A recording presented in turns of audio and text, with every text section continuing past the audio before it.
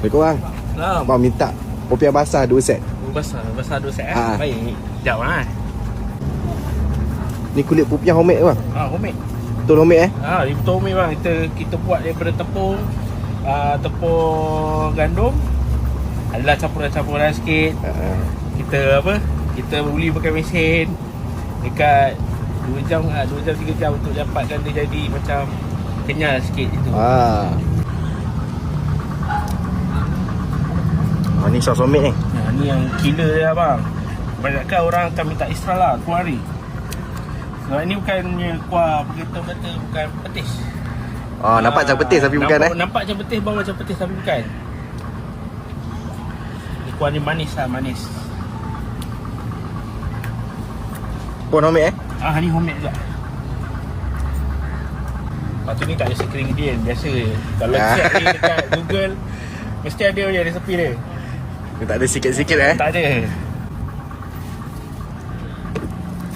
Ni kacang macam biasa lah, kacang. Ni kita homemade. Ni apa bang? Tepung rangup.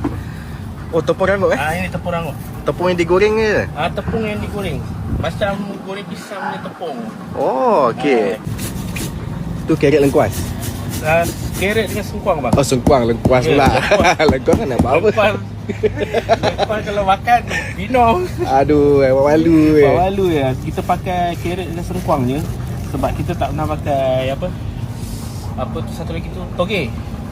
Toge ni dia akan menyebabkan popiah ni tak tahan lama.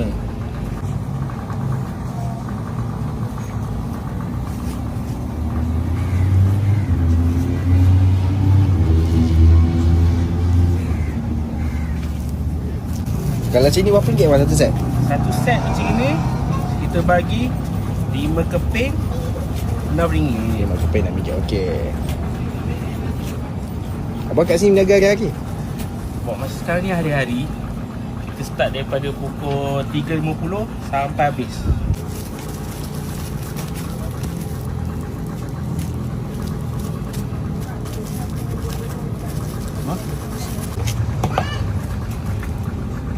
Top lagi dengan sos dia kan? Kita akan top dengan atas dia.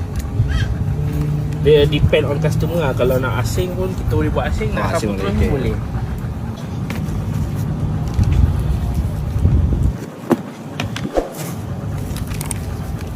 Siap. Okay. Terima kasih. Sama.